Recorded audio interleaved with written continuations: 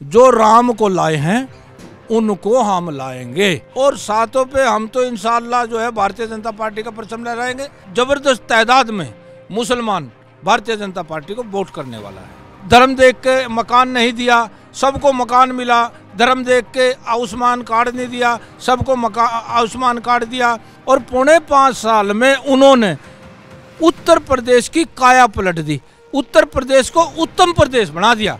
विकास दिख रहा है। उसकी सगी भाभी भारतीय जनता पार्टी में आई है परसों। मैं आपको बता रहा हूँ 45% मुसलमान है। अखिलेश जी, आप किस धोखे में हो? ऐसा % मुसलमान बीजेपी के साथ है। बीजेपी के साथ है 45%।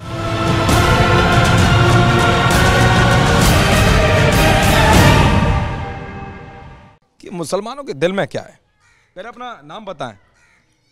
मेरा नाम खुर्शीद मलिक चिश्ती और सबसे पहले मैं अपने भारतवासियों को और प्रदेशवासियों को जय हिंद। देखो,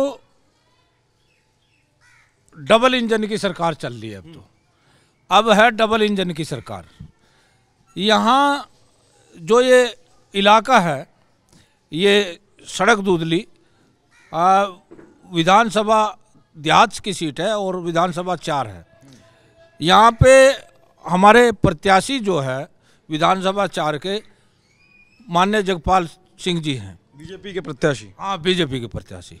और अब तो उन्हीं की लहर है। और यहाँ सहारनपुर जो ये हमारा डिस्ट्रिक्ट है, इसमें 7 विधानसभा पड़ती है और 7 पे हम तो इंशाअल्लाह जो है भारतीय जनता पार्टी का परचम लहराएंगे। और यहाँ बहुत ज़बरदस्त तादाद में मुसलमान भारतीय जनता पार्टी को वोट करने वाला है। ये कहते हैं कि भैया इस बार कुछ हिसाब नहीं बन रहा, बीजेपी का काम भाया ही नहीं है, कुछ काम किया ही नहीं है। अखिलेश कहते हैं कि ये तो सब झूठ बोलते हैं, महंगाई बढ़ा दी। देखिए, आपके माध्यम से अखिलेश जी को ये कहना चाहता हूं मैं, महंगाई कहाँ बढ़ा दी? महंगाई तो किसी भी चीज़ की नहीं बढ़ी। आप ये देखिए, ये कह रहे हैं कि काम नहीं हुआ। हाईवे देखिए, हाईवे आप देखिए, 4 लेन हमारे यहाँ। और हमारा डिस्ट्रिक्ट सहारनपुर देखिए, स्मार्ट सिटी। और हमारे ये हिंदू मुस्लिम सिख ईसाई सबको देखिए, इन्होंने जो है धर्म देख के मकान नहीं दिया, सबको मकान मिला। धर्म देख के आयुष्मान कार्ड नहीं दिया, सबको आयुष्मान कार्ड दिया। और फ्री अनाज 2022 तक फ्री अनाज धर्म देख के नहीं दिया, वो सबको हिंदू मुस्लिम सिख ईसाई। और सबसे ज़्यादा हमारे SC समाज को और हमारे मुसलमान समाज को मिल रहा है, क्योंकि गरीब भी वही है उनको मिल रहा है। और ये तो अखिलेश जी को ज़मीनी स्तर की रिपोर्ट नहीं है उनकी, क्योंकि ज़मीनी स्तर पर वो आते ही नहीं। वो तो अपने जो उनके साथ उनके बैठे हुए हैं, वो जो बोल देते हैं कान में, वही वो अपना कर देते हैं। ऐसा नहीं है। वो ज़मीनी स्तर पर आके देखें कि भारतीय जनता पार्टी का कितना विकास किया है भारतीय जनता पार्टी ने। और भारतीय जनता पार्टी को केवल कितने मिले? 4.5 साल। अभी तो 4.5 साल मिले। और 4.5 साल में उन्होंने उत्तर प्रदेश की काया पलट दी, उत्तर प्रदेश को उत्तम प्रदेश बना दिया, उत्तम प्रदेश। और उत्तम प्रदेश जो है आप आके देख सकते हैं। पहले क्या था? आज हम यहाँ खुले बैठे हैं, सब खुले मैदान में बैठे हैं। हमारी दी बेटी सुरक्षित है, कोई दिक्कत नहीं है। हमारी घर सुरक्षित है। पहले तो हम डबल ताला लगा के भी आख रहे थे ना मकान में, और कहीं जाना होता तो ये भरोसा नहीं होता कि मकान सुरक्षित मिलेगा या नहीं मिलेगा। चाहे तो मकान पर कब्जा हो जाता और चाहे मकान लूट लिया जाता। और अगर कोई हमारी दी बेटी सड़क पर चली गई, चाहे तो वो जिंदा ही नहीं आवे थी और चाहे उसका अपहरण कर लिया जाता, पेमेंट मांगते थे या उसके साथ बलात्कार हो जाता था। अब ऐसा नहीं, भयमुक्त शासन दिया है, भयमुक्त। और भयमुक्त सब जातियों को, ऐसा नहीं है हिंदू मुस्लिम सिख ईसाई सब का जो है विकास हुआ है। अगर वो अखिलेश जी ये बात करें तो जरा फील्ड में आए, उसके समय की तरह नहीं है। उनके समय में क्या होता, अगर उनके लोगों ने भी मानना है, कांग्रेस के लोगों ने भी मानना है कि अगर 10 रुपये यहाँ से चले, 10 रुपये सेंटर से, तो स्टेट में जाते जाते प्रधान तक आते आते 1 रुपया रह जाता था। और 9 रुपये कहाँ जाते थे भाई? वो दलालों की जेब में। अब ये हमारी सरकार ने, भारतीय जनता पार्टी सरकार ने, ये पारदर्शी सरकार है, पारदर्शी कर दिया बिल्कुल। अगर 1 रुपया आता है तो 100% एक का एक रुपया जो है उसकी प्रत्याशी की जेब में जाता है। जो गरीब, जो दूर छोर पे बैठा हुआ, जो रिक्शा वाला, खोचे वाला, साइकिल वाला, रेड़े वाला, जो मजदूर है, उसको प्रगति की है, उसकी उन्नति की है। इनके आपके गांव की स्थिति कितनी सुधरी पहले से? अरे मेरे गांव में, मेरे यहाँ सड़क दूधली में ये 5 सेक्टर है, ठीक है। ये जो है नगर निगम में अभी अभी आए हैं गांव, और ये गांव है हमारी, इसीलिए देहात विधानसभा है। देहात विधानसभा में हमारी वोट डलेंगी। तो यहाँ लगभग जो है 2,500 मकान बना लिया। आप इधर कैमरा घुमाओ, इधर भी आपको मकान बने मिलेंगे। और 2,500 मकान, आप किसी दिन आओ, मकानों की मैं आपको सर्वे करवाता हूँ।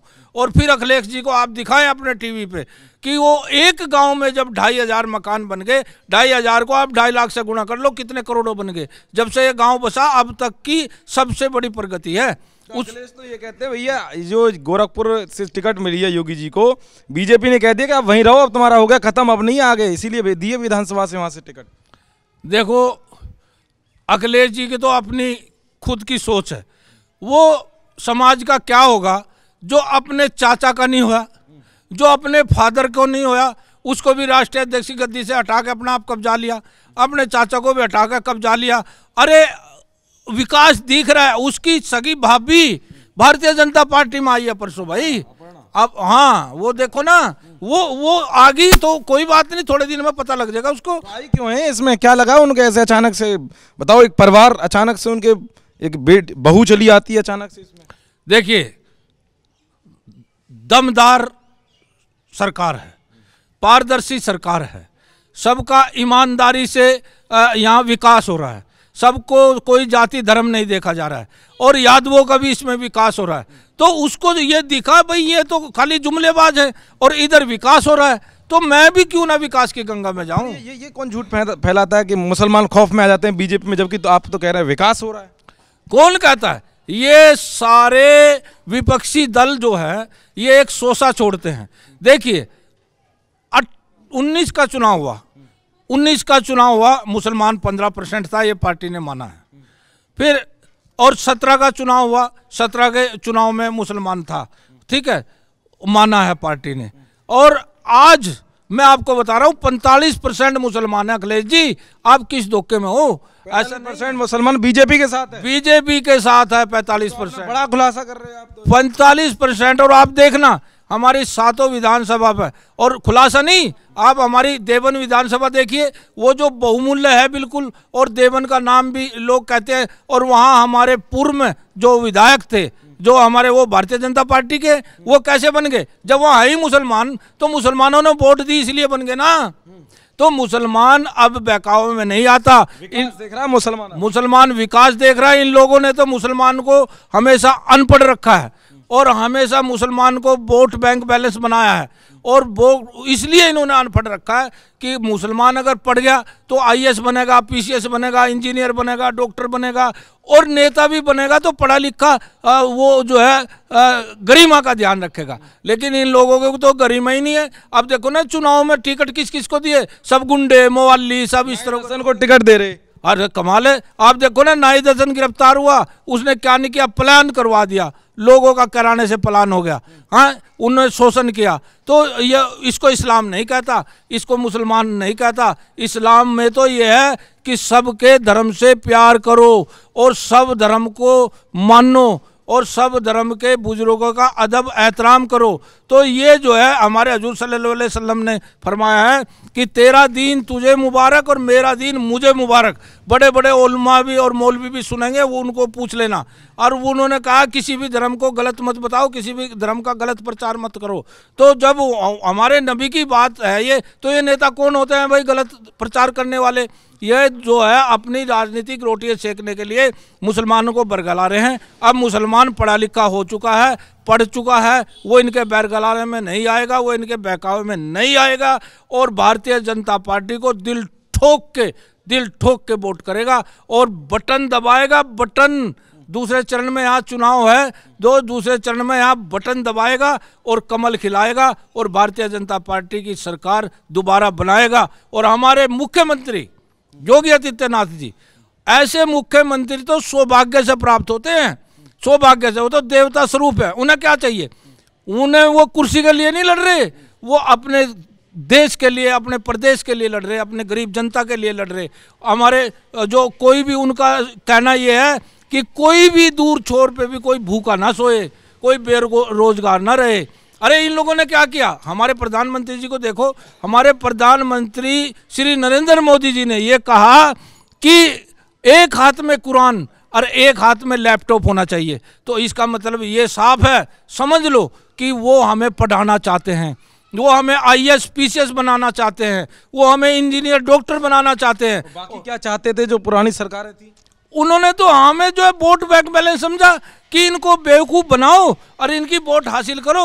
और ना इधर के रहे ना उधर के रहे, हाँ, ना खुदाए मिले ना विशाले सनम, ना इधर के रहे ना उधर के रहे। और अभी 2014 से अब तक गिनती कर लो आप, कितने हमारे IAS PCS और इंजीनियर डॉक्टर बन गए। हमारी लड़कियाँ, गरीब की लड़कियाँ जो घास काटती थी खेतों में, जो बुगियाँ चलाती थी, मजदूरी करती थी और वो पढ़ती थी, वो IAS PCS बन गई साहब। और ये इन्होंने क्या बनाया? अगर कोई हमारा IAS PCS बनता भी था तो वहाँ जो है पता लगा उसको जो है उसमें पास हो गया, जब लिस्ट लगी वहाँ उसका नाम ही नहीं, लिस्ट से ही गायब हो जाता था।